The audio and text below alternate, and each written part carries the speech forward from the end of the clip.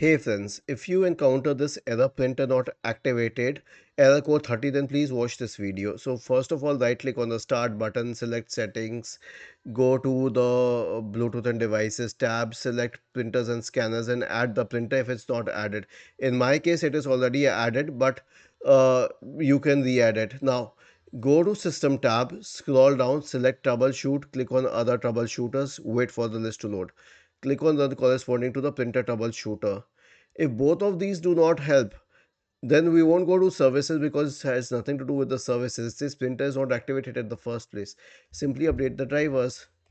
Search for device manager, go to device manager, expand the list for printer drivers, right click and update it.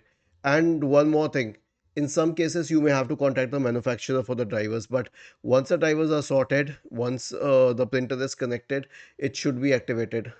Was this helpful? If yes, then please subscribe to the channel. If not, then let us know in the comment section of the video on how we could help you further. Thank you for watching this video and have a nice day.